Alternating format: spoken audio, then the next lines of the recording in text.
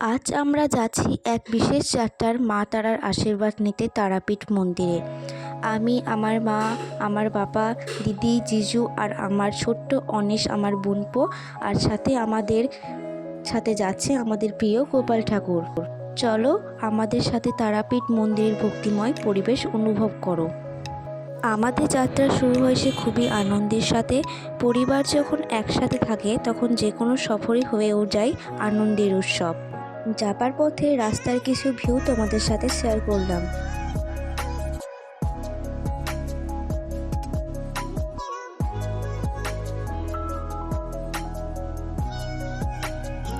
অবশেষে আমরা পৌঁছে গেছি তারাপীঠ মন্দিরে। এখানে পৌঁছানোর পরই এক অদ্ভুত অনুভূতি হয়।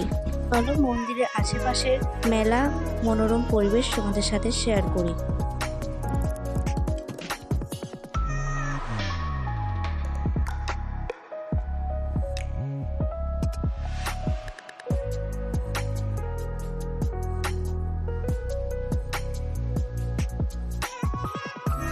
মায়ের পুজো নিয়ে আমরা প্রবেশ করলাম মন্দিরে। মা তারার মন্দির চত্বরে প্রবেশ করতেই যেন এক আধ্যাত্মিক শক্তি অনুভূতি হচ্ছে। চলো তোমাদেরকে মন্দিরের ভেতরের কিছু দৃশ্য দেখিয়ে দিই।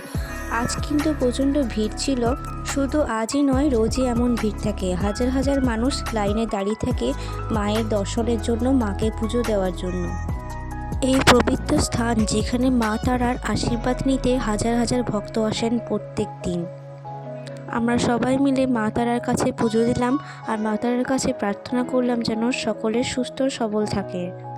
এই সুন্দর ভক্তিময় পরিবেশে আমার গোপাল ঠাকুরও যেন খুব আনন্দ পাচ্ছে। তারাপীঠ দর্শনের পরই আমরা চলে এলাম পাশে শ্মশানে। শ্মশানের কিছু দৃশ্য আমি তোমাদের সাথে শেয়ার করলাম।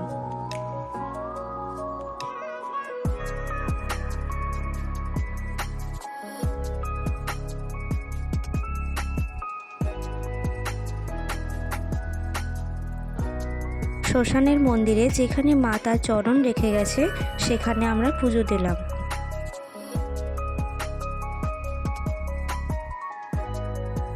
ভ্রমণ মানে শুধু দর্শন নয়, পরিবারের সাথে কাটানো সুন্দর মুহূর্তগুলিও বিশেষ স্মরণীয় হয়ে থাকে। আমার বোনপো অনিশও যেন আজ খুব আনন্দ পাচ্ছে। আমার প্রিয় গোপাল ঠাকুরও আজ যেন খুব আনন্দ পাচ্ছে।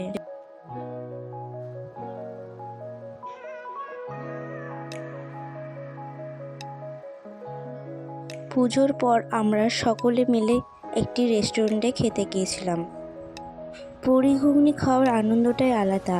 সবার সাথে বসে খাওয়ার মজাই অন্যরকম, আর স্বাদটাও ছিল অসাধারণ।